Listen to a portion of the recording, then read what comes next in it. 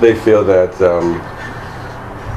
it's really interesting as far as our own knowledge of species in general, is that they're the only species that would compete to carry on a gene knowingly. They think that's the way their sexuality is set up, because they'll sneak off and like go around the people that are around the apes that are more advanced. I've seen that before, yeah.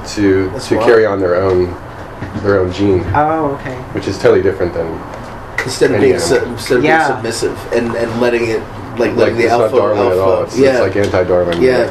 Well, that is Darwin, because the fittest is they're like smart enough to know to like. I'll wait till you're not looking and then I'll do it. Right. Because she wants to be with me anyway. Big bully. That's like the sneakiest one survive. That's funny. But it's different than Darwin, because they're not physically fit. Right. Well, it just has to do with, it's not really different because it's different as in physically. Yeah. But they're mentally superior, so it's still the survival of the fittest. You know what I mean? The only one I've read about like that in school a long time ago was the deer, the elk used to.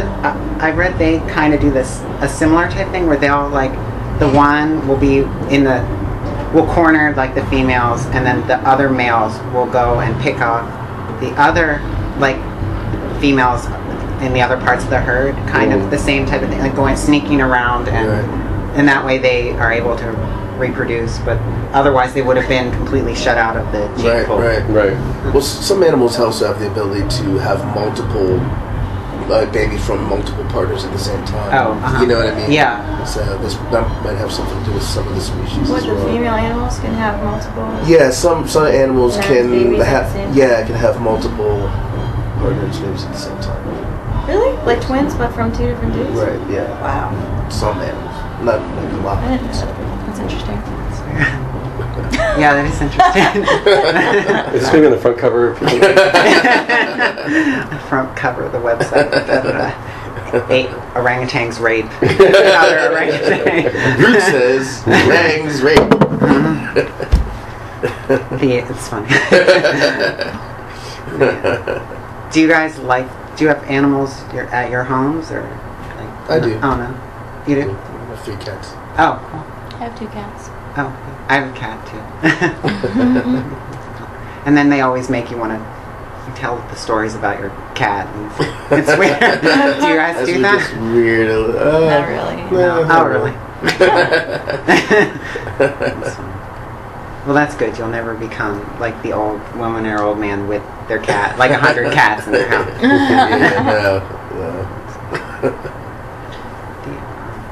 So, do you guys use gum bands and pop and like? I don't know. I still use some of the Pittsburgh Eats. Yeah. Do you guys do that? Gum bands. Oh, the words. Yeah. I was like, well, I don't know if I've ever said gum band. Really? I never said gum bands ever. Oh, really? I don't say it anymore. I probably did. Did you? At one point in my life, yeah. And I used to say pop, but then when I moved to Philly, I started saying soda. They all say soda. Yeah, it was weird there too for the last time. And I remember hating the fact that as a little kid being really, really angry that the names were different, because my uncle once said, "Hey, let's go get a cherry soda downtown." I was like, "Yeah," thinking ice cream soda. We're going downtown. Downtown, he gives me like a can of soda. I'm like, "What's this?" It's like soda. This is pop. Soda's for ice cream. Yes, right. Yeah, I didn't. When we moved to, my family moved to the Philadelphia area. I didn't want to conform to the soda thing. You resist. I'm like, it's pop. What are you talking about? I called it that crazy name. Yeah. Yeah. My grandmother still does all that. She thinks it's normal. Like, she thinks not normal, but she thinks the rest of the world the rest of the country says Slippy and gum bands and pop. Yins. She says yuns, actually. Oh, yeah. Yeah, yuns. Yeah. Jaguar. Stop jagging around. You're doing some solo dates too within this tour? I think I read you were. Yeah, I think Mike's doing some solo dates. Okay. You guys. Okay. Just a little bit here and there. Just I like to just keep in touch with that acoustic performance. Does it? Do you think it keeps you on top of your game, the singing and playing. Yeah, I think it's at this point it's a necessary perspective to have on the songs and the music. A lot of the songs on Stereo Rodeo, I was performing solo on solo tours and just really experiencing like the quieter dynamics of the music, because it's very hard for us to be on stage and having 6 people on stage and having it, just naturally go to a quiet spot. It doesn't normally really do that. So it's something that I feel like I have to go and perceive, and then sort of like bring it back to the band and mix it in such a way that it works, or preserve what I feel needs preserved, and let go of things that need let go of. Okay. And you guys you've done your own solo albums too. Are you gonna do more of that? Probably, yeah. Though I already did one. It's called Digital World, and I did it because it was a time when we stopped touring. We had just finished doing Welcome to My Party. We'd been touring for I think over a year, and we decided to take. Everybody wanted to take breaks, and start families and just recharge and stuff. So when I was home, I built a studio in my house and just started working on an album. And while I was doing it, I ended up recording a full album. So maybe the next thing I'll do is like record it with other musicians, because I just did it all myself. Then maybe do something with that. Oh, cool. Yeah. That'll bring a whole new perspective, like collaborating on it. Yeah, for sure. Change the songs around a lot. That's cool. Yeah, I recently listened to Carly Simon's new album, and it's like she reworked a lot of her old songs, and it sounds completely different. Yeah, It's amazing how songs can change. Yeah, I didn't know she was still doing that. it was good. If you like her, if you like her at all, you'd probably like. I like her a lot. Like I had a big crush on her when I was a little kid. Oh really?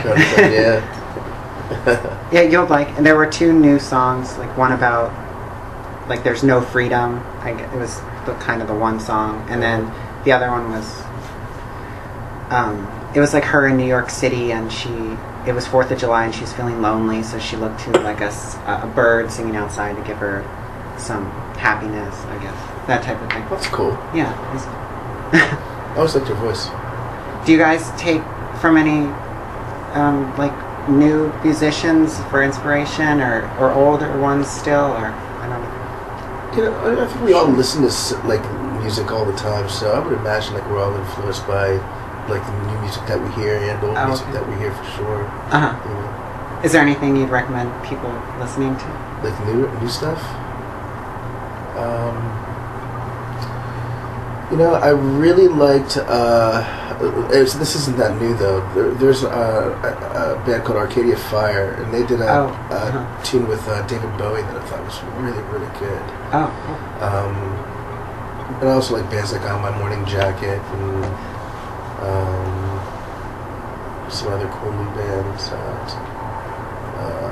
TV on Radio. Oh, okay. It's cool.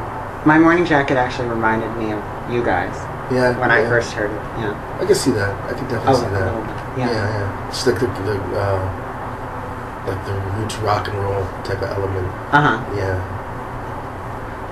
I think you're better though. Cool. So what? I was just wondering, when you tour, do you all stay on your bus, or what do you do? Like, do you take the bus all around, and then how does that work? Like, do you guys fight? Do you guys? I mean, you've been around together a long time, so. There's only one bunk we all fight for. Yeah, to rest for it every night. Keeps it interesting. Who gets the bunk tonight?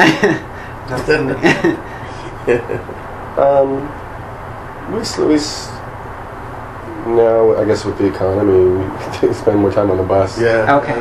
I think before we would just get hotel rooms for every day. If we only were there for 3 or 4 hours. Oh, really? We'd get hotels, but now we're not wasting as much money, and so we spend more time on the bus, and